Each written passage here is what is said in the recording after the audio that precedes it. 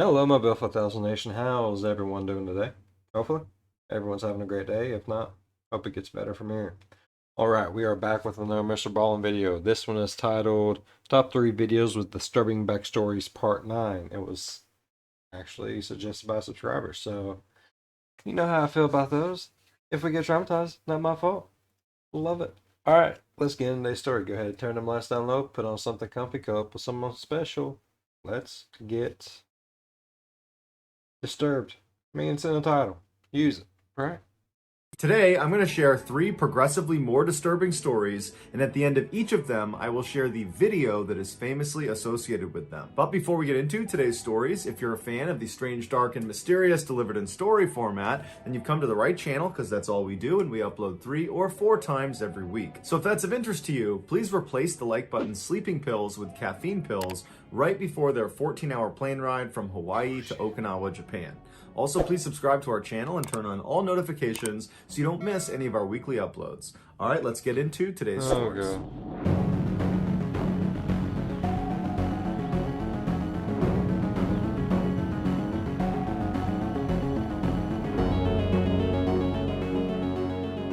In June of 2018, 18-year-old straight-A student Tyler Turner graduated from his high school in Central California. In the fall of that year, he was scheduled to go to the University of California, Merced with a full scholarship. He planned to study biochemical engineering because he was born with cerebral palsy and wanted to help other people with the condition.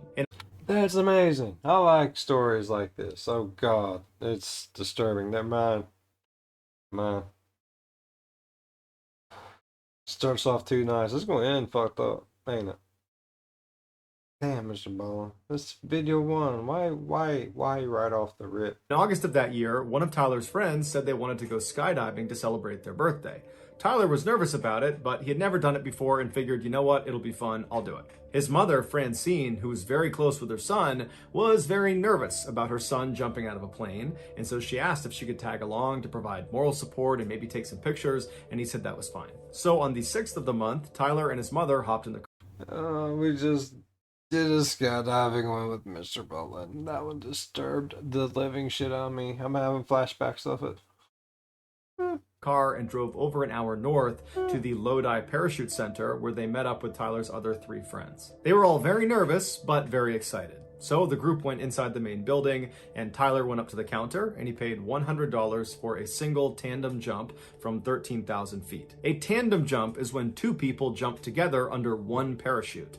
And so most commonly you're going to have the instructor who's got the parachute on his or her back, and then on their chest, harnessed at 4 different points, is going to be their student or whoever they're jumping with, and they don't have a parachute. They're just tethered to the instructor who has the parachute.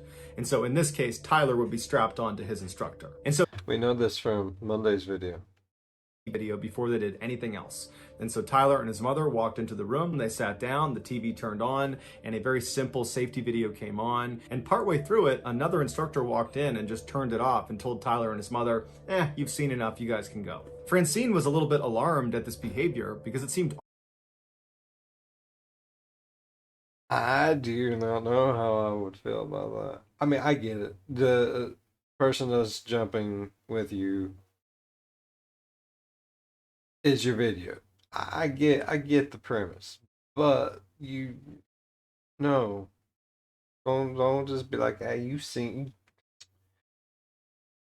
No, like that commercial. I say that like what is a Comfort Inn or some shit. I know what I'm doing. Doesn't.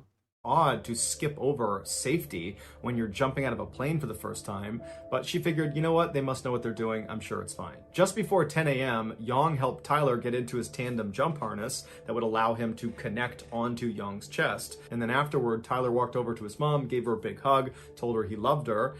Nope. See, no, I still wouldn't do this. There's never been a time in my life where I'm like, I want to plummet straight up the freaking earth, face first, just There's never been a day, a moment, a time. And then he departed his mother and walked his way over to the staging area where he and the other jumpers that included his friends were waiting for the plane to start so they could actually board. While they waited, Tyler was really nervous, and his instructor picked up on it. And so, to put Tyler at ease, he began filming Tyler and interviewing him about his upcoming jump to kind of make light of the whole situation. And it seemed to work. Like I said on Monday's video, if I'm nervous, don't talk to me. Don't. That is going to make everything in my world 10 times worse. I don't know why. I have been like that ever since I was little. If I am nervous or even scared, just leave me be. Best option for everyone. It is. I don't know why. I can't handle it. If I'm nervous and someone comes at me and they're like, hey man, are you okay? I'm going to be like, no. Every time. My name is Tyler Turner. What do I do here? I am going to jump out of a plane. It's your first time. First time indeed. That's my mom over there. Hello. Very loving mom. Done a lot for me in my life. Hope more that she'll help me with more of my life because I want to make it. Okay, we're going to make it. After they recorded this video, gonna the make plane was ready to go. He ain't gonna make it, is he? I am so sorry, Miss Ball. I have a bad habit of pausing people on horrible faces they make. Not intentionally, I promise. He gonna die, isn't he? Some fuck's gonna happen. So it was time to start boarding, and so Tyler and his instructor walked over, but Tyler stopped on the tarmac. He took a knee and prayed, and then he stood back up, he turned to his mother, he waved one more time, and then he boarded the plane. After a little while, the plane took off, and then after a little while longer, it was up at 13,000 feet, flying in circular patterns, and that's when Francine started looking up. No, I don't even want to know. Shit.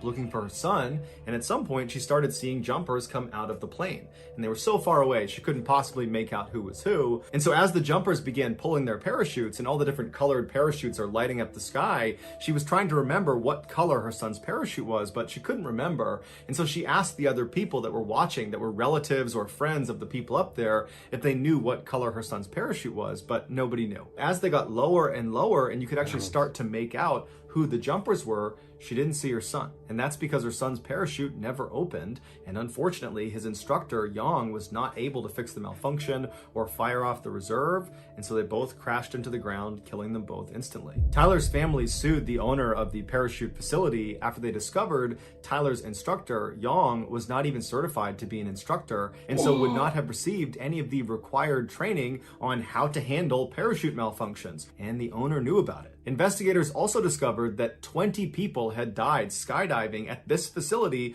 under the same owner, a ridiculously high number of fatalities that most people involved are attributing to the owner's general disregard for safety. And ultimately, a judge agreed with that sentiment and awarded the Turner family $40 million from the owner of this facility. What? Okay, first and foremost, I've said this 100 times. I do not have a fear of heights. I have a fear of falling and dying from very high up places. There's a difference, a big difference. Don't look too far into it. Stop.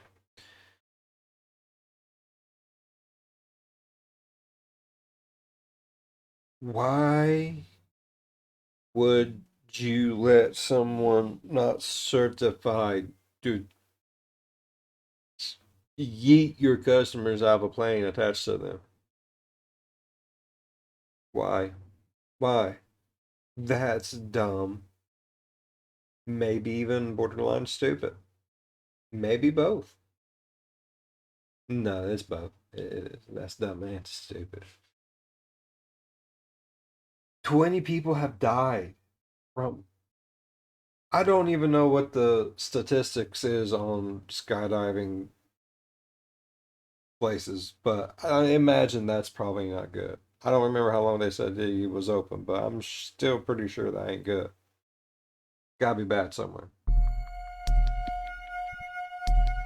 In 1962, Chileno Sanchez was born into a poor family in the Mexican state. I'm not even going to try to pronounce the word that was up on that screen. That was complicated. Of Sinaloa. When he was just 15 years old, one of his sisters was assaulted by a very rich and powerful man in their town, and so he never got punished for it.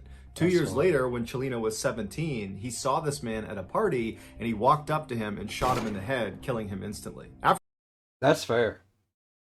That's fair. I mean, if he's so powerful that, the law can't touch him, Someone needs to touch him. Let him remember. Or die. What, I mean. After the murder, Chelino fled to Tijuana before ultimately crossing the US border into Los Angeles, where he stayed with his aunt. He worked odd jobs like picking vegetables and selling cars before he ultimately went into business with his brother, who was back in Mexico, and he worked with him to smuggle Mexicans into the US. But that operation stopped in 1984 when his brother was murdered in Tijuana. To commemorate his brother, Chelino, who always loved music, wrote a song about him. And he formatted the song in the typical Mexican ballad style called corrido, but his lyrics were graphic and gritty, something nobody else did when they wrote a corrido. Chelino spoke honestly and openly, not only about how his brother was killed, but also the struggles of living around drug trafficking and violence in Mexico. Shortly after writing the song, Chelino wound up in jail in Tijuana, Mexico, and while he was there, he would sing the song he wrote about his brother, and other inmates heard it and loved it. They had never heard a corrido sung like that. And so they asked Chelino if he would write songs about them and their exploits. Soon, Chelino was being commissioned by all these inmates in this prison to write their songs in exchange for money and for favors. When Chelino got out of prison, his unique songwriting abilities had spread beyond... Is it going to be a video of him just singing songs?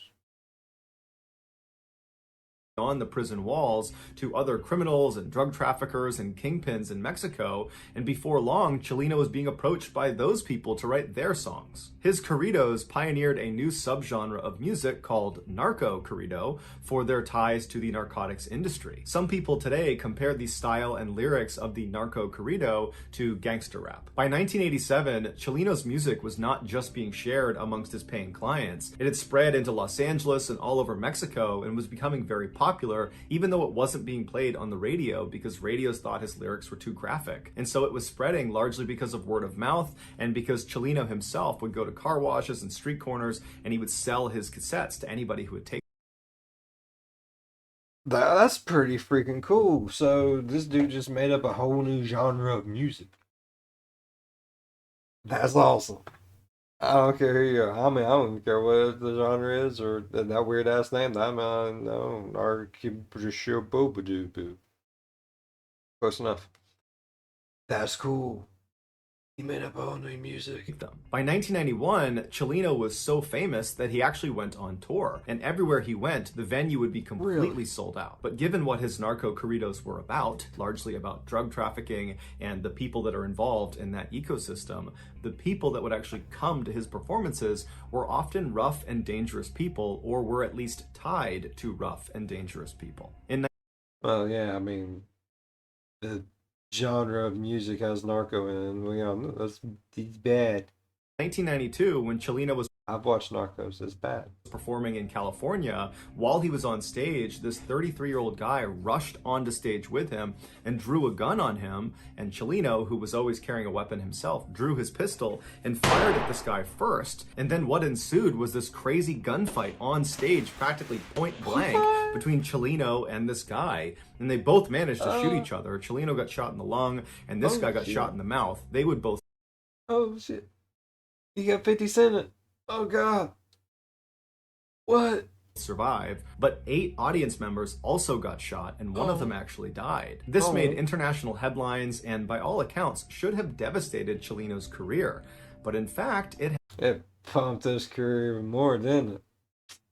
Like motherfucker. Had the opposite effect. It made him 10 times more famous because Chelino, he was representing narco corrido music. And so in being the face of that, he kind of represented drug trafficking and criminals and outlaws all over Mexico and in the United States. And so he was kind of representing a very tough group of people. And so for him to have stood his ground on stage and shot first at this guy coming to attack him, it made him look brave. It made him...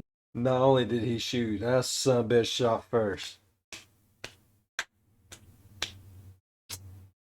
Looked like a warrior. It validated him as the right person to be the face of narco corridos. But Chelino also understood that this probably was not the last time that someone was going to try to hurt him. That in virtue of being the face of narco culture, there's bound to be people that are very violent that don't like him, and they might come after him too. And so he actually told his inner circle that he thought his days were numbered, that at some point someone was going to kill him. 4 months... Does he have a family? Like... Maybe not just him. Maybe his family could get it too. It'd be bad. After the shootout, Chelino was back home in Sinaloa, Mexico, performing at a concert that his friends had told him he shouldn't do because he had lots of enemies in his hometown. But Chelino really wanted to do it. He got into the venue, he got on stage, his band Yeah, once you go big and do something like that, you probably don't want to go back to your hometown because a lot of people probably gonna be pissed the fuck off at you. This is probably rule of thumb. Just don't. band was getting ready. Thousands of people were coming into the audience, and before the show started, somebody handed him a note. And so Chelino takes the note, he's smiling, he's kind of looking around at the crowd, and then he looks down at the note and he reads it, and right away his expression completely changes. He looks distressed, he rubs his brow, he frowns, he kind of looks up at the crowd like he's looking for someone, and then he just goes blank in the face, and he's looking out like he's looking past the crowd. And it's this long period of time where he's just blank staring into the audience. And then all of a sudden he just snaps out of it, takes the note, puts it in his pocket, picks up the microphone, and proceeds to give one of his best live performances to date. After the concert was over, Chelino made a special effort Was it his last live performance to date?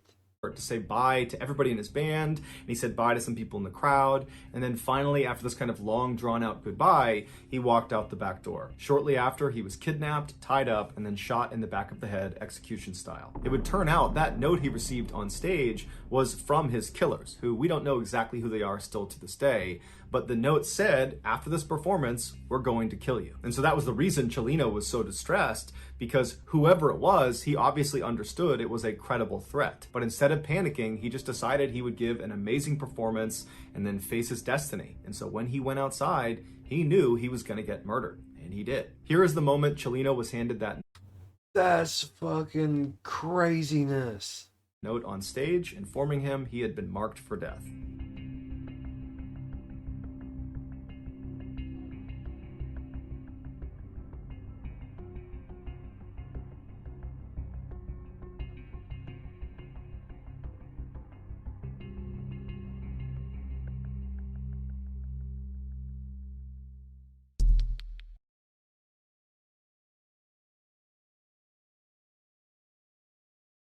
What? So that's like however long his concert was, moments before he was kidnapped and murdered. That's crazy. Holy shit. He did. He looked like, oh, damn. And that was the moment he realized he was fucked.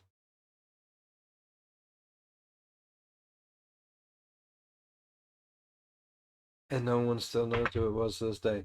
That's the crazy part. You know someone knows. You know everyone probably fucking knows. I don't know. Someone does, and there's probably a lot of those someones. I'm just saying. And that's probably also why it was his best performance. He's like, fuck it.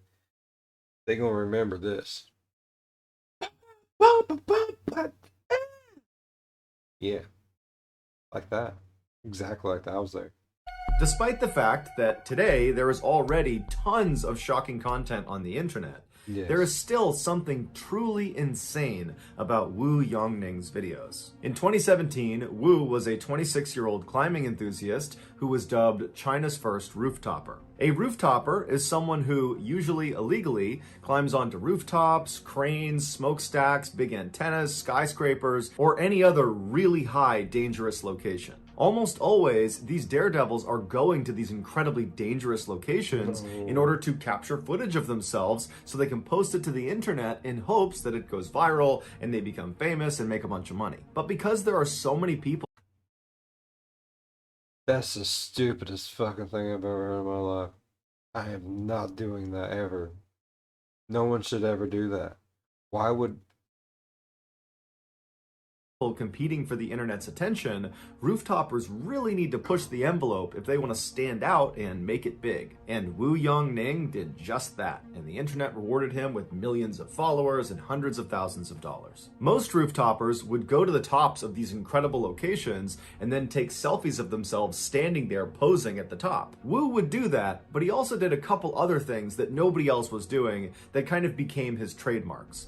The The first one was he would dangle over the edge of the building or the crane or the antenna that he was holding on to, and he would do pull-ups, but he would keep doing them until he reached muscle failure and then would barely be able to pull himself back up to safety. Another trademark move is he would go to the top of these huge buildings and he would get right on the edge and he would do a handstand and then he would pull one arm back. So he's doing a one-armed handstand and then he would tilt his body as far as he could over the edge until he couldn't do it any farther and he'd let himself come back over to safety. And then perhaps the most difficult to watch trademark was when Wu would basically run up to the edge of buildings and stop just short. And he wouldn't just run to the edge, he would use a self-balancing scooter and go as fast as he could right to the edge of the building and stop just short. And over again, he'd go right to the edge and stop, where he's literally an inch away from tumbling off the edge.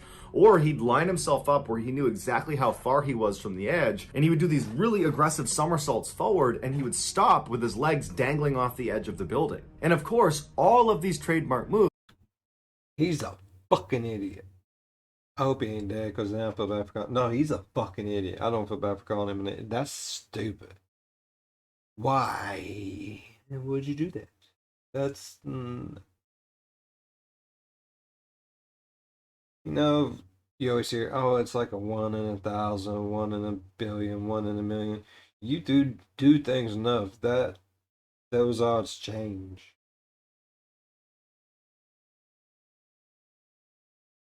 Yeah.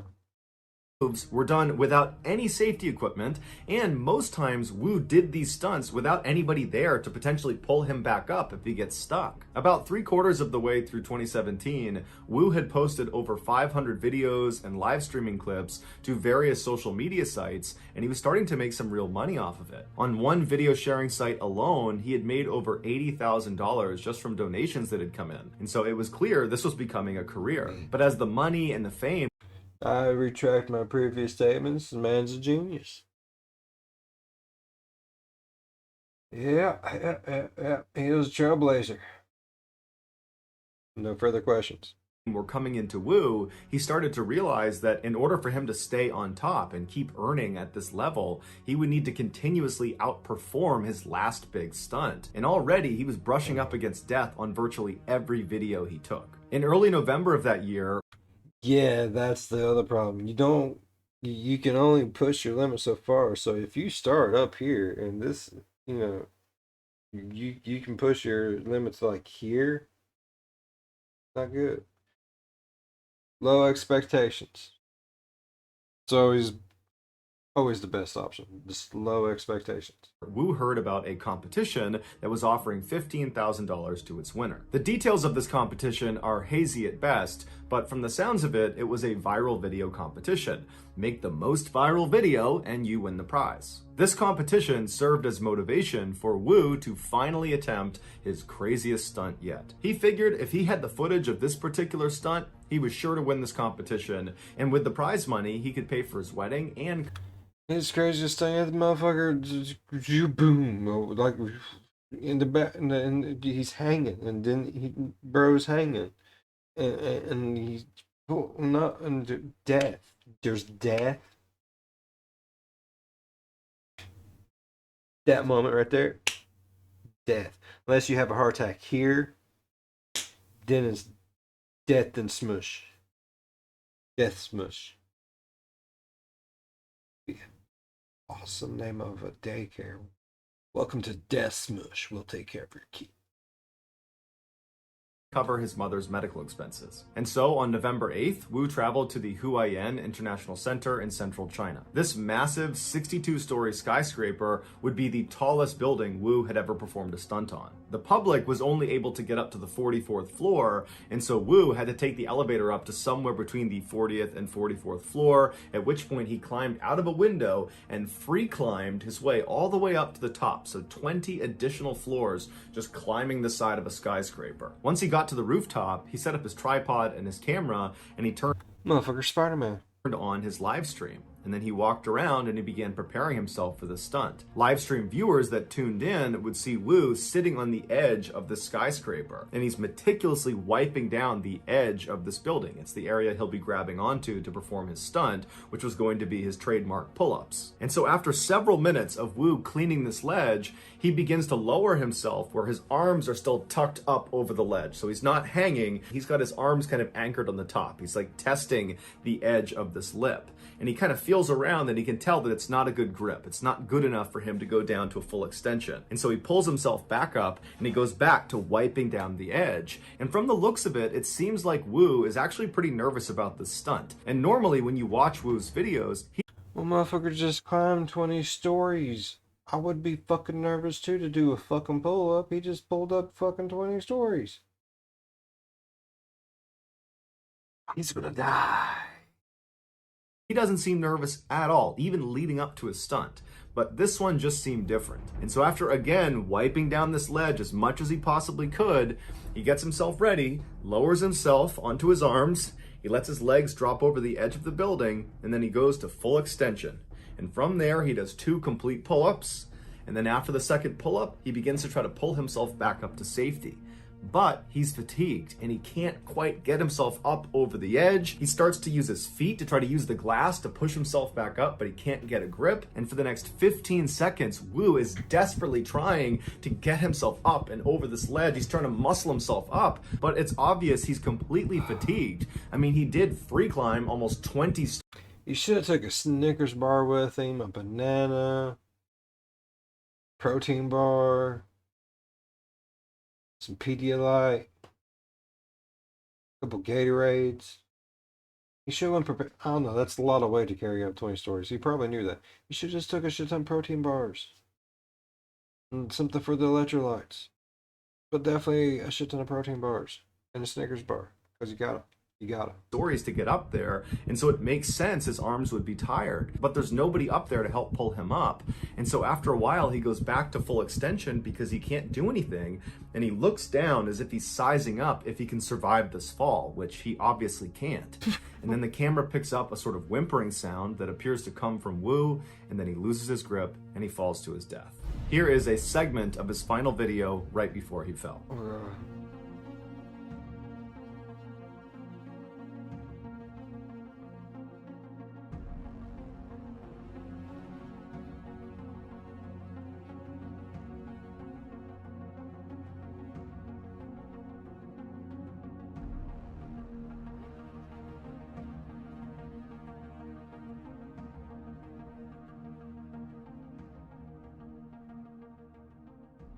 So that's going to do it, guys. If you found the secret in today's video, let us know in the comments what it is and where you found it. So give us the timestamp. And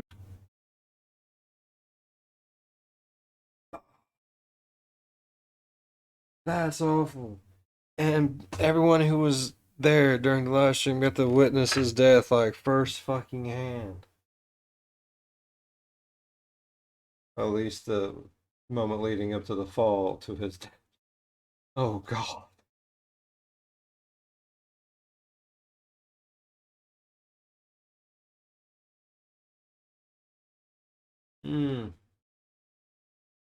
People. I'm sorry, but that's stupid.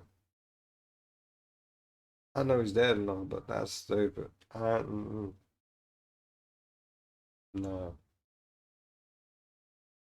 I enjoyed that video. Thank you for the suggestion.